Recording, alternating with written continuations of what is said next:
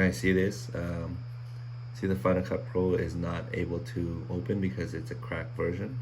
You go to here, right click, and then go to Option, Show in Finder, and then Show Package Content, right? Go here, go to Mac OS, and then open with Terminal. Just wait, then you can still use it, see?